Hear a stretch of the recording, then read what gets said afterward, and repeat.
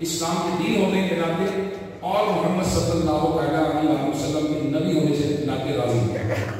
رضیت باللہ ربا وبالاسلام دینا وبمحمد النبی کا۔ میں بہت ہی مالدار ہوں، آپ گواہ ہو جائیں، میں نے اپنا آدھا مال نبی کریم صلی اللہ علیہ وسلم کی امت پر صدقہ کیا۔ پھر رسول کریم صلی اللہ علیہ وسلم کی بارگاہ میں کلمہ پڑھ کر مسلمان ہو گئے۔ میرے پیارے اسلامی بھائی، اللہ اکبر۔ اب کوئی بدتمیزی پر اتر آئے، کوئی بد اخلاقی پر اتر آئے، لیکن رسول کریم صلی اللہ علیہ وسلم سبحان اللہ، آپ نے اینٹ کا جواب پتھر سے نہیں دیا، آپ نے حلم، بردباری، برداشت کیا، صبر کیا، نرمی سے کام کیا، اور بد اخلاقی کرنے والے کو ڈانٹنے، مارنے، دھمکیاں دینے یا اس سے کسی قسم کی بد اخلاقی کرنے کا تو تصور بھی نہیں ہے، مگر آپ نے کچھ اس کے حق سے زیادہ دے کر، انعام دے کر اسے رخصت کیا۔ اب میرے پیارے اسلامی بھائیو، یہی وہ اس کے اخلاق ہے، یہی وہ کردار ہے کہ جس کے بعد الحمدللہ بے شمار غیر مسلموں نے اسلام قبول کیا، ان کی زندگیوں میں انقلاب آیا، اور اللہ کے کرم سے اسلام پوری دنیا میں پھیل گیا۔ میرے پیارے اسلامی بھائیو، ہمیں کیا کرنا چاہیے؟ ہمیں رسول کریم صلی اللہ علیہ وسلم کی سیرت کو اپنانا ہے، اور رسول کریم صلی اللہ علیہ وسلم کی اخلاق کی یہ جو کوالٹیز ہیں، اس کو حاصل کرنا ہے۔ رسول اللہ صلی اللہ علیہ وسلم ارشاد فرماتے ہیں، اپنے اخلاق سنوارو، اپنے اخلاق سنوارو۔ تو لہذا ہمیں کیا کرنا ہے؟ ہمیں اپنے اندر صبر، تحمل، حلم، بردباری، محبت، نرمی، عفو و درگزر، معاف کر دینا، شرم و حیا، بڑوں کا ادب، چھوٹوں کا احترام، چھوٹوں پہ شفقت، تمام مسلمانوں کے لیے ایثار و ہمدردی اور خیر خواہی جیسی عمدہ صفات پیدا کریں، اور اپنے اچھے اخلاق اور برتاؤ کے ذریعے اس معاشرے کے اندر جو فرسٹریشن ہے، جو یعنی اس وقت جو بدتمیزی کی طرف بڑھ رہے ہیں، لوگ بد اخلاقی کی طرف بڑھ رہے ہیں، لڑائی جھگڑے کی طرف بڑھتے ہیں، روڈ پہ جاؤ تو پھڈا، مارکیٹ میں جائے تو پھڈا، گھر میں جائے تو جھگڑا، یعنی صبر برداشت کم ہو گئی۔ نتیجہ کیا ہوا؟ نتیجہ یہ ہوا لڑائی جھگڑے شروع ہو گئے۔ نتیجہ کیا ہوا؟ بھائی بھائی کی لڑائی ہو گئی۔ نتیجہ کیا ہوا؟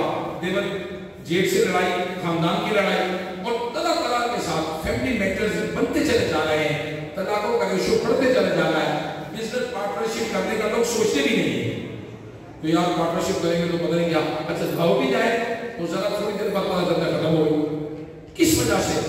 اس وجہ سے کہ ہمارے اخلاق، اب یہ چیزوں کے جو میں نے نام لیے، جیسے صبر و تحمل، اب یہ کیا ہوتا ہے؟ حلم و بردباری، یہ کیا ہوتا ہے؟ عفو و درگزر، یہ کیا ہوتا ہے؟ شرم و حیا، وہ کیا ہوتا ہے؟ ہاں، یہ سمجھتے ہو بڑوں کا ادب و احترام، چھوٹوں کا شفقت، ہمدردی، یہ سمجھتے ہوں گے۔ تمام مسلمانوں کے لیے ایثار اور ہمدردی۔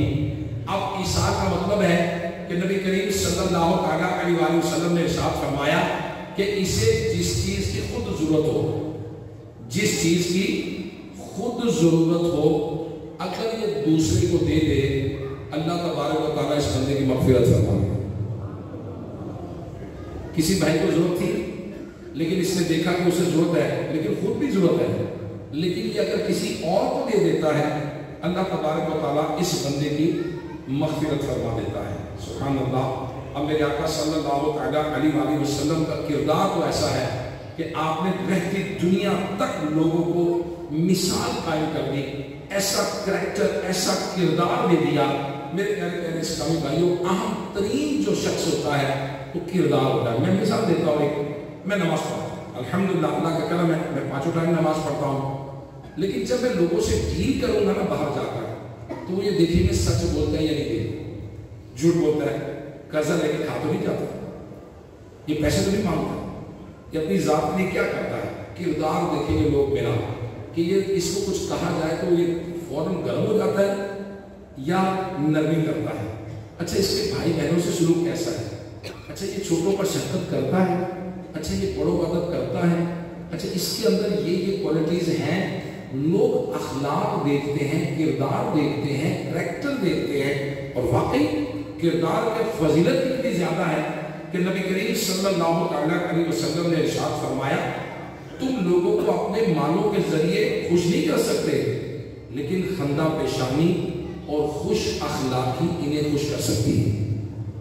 تو خوش اخلاقی، صدقہ، سبحان اللہ، مسکراہٹ جو ہے یہ بھی ایک صدقہ ہے. میں کئی مرتبہ دیکھا ہے کہ لوگ ملتے ہیں، صرف انہوں نے یہ دیکھیں میرا چہرہ ہے،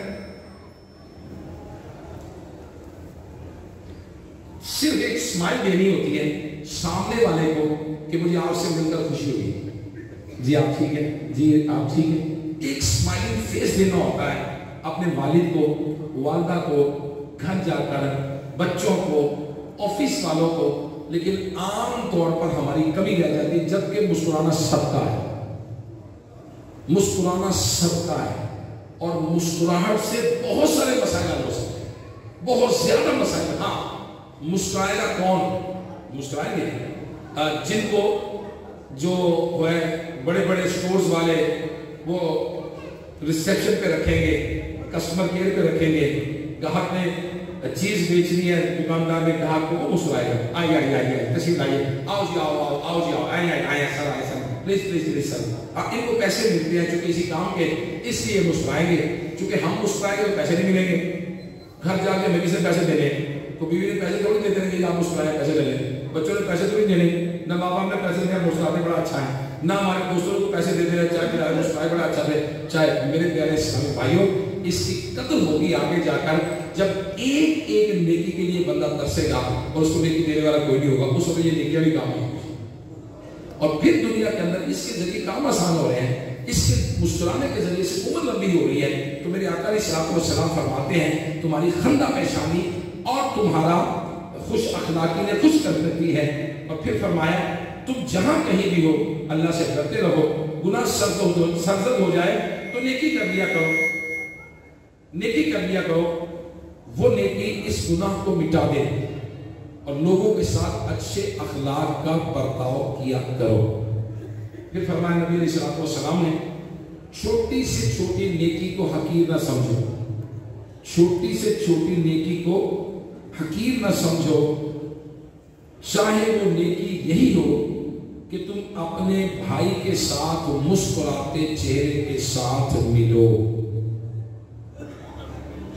مسکراتے چہرے کے ساتھ ملو تو یہ نیکی ہے، اس کو حقیر نہ سمجھو.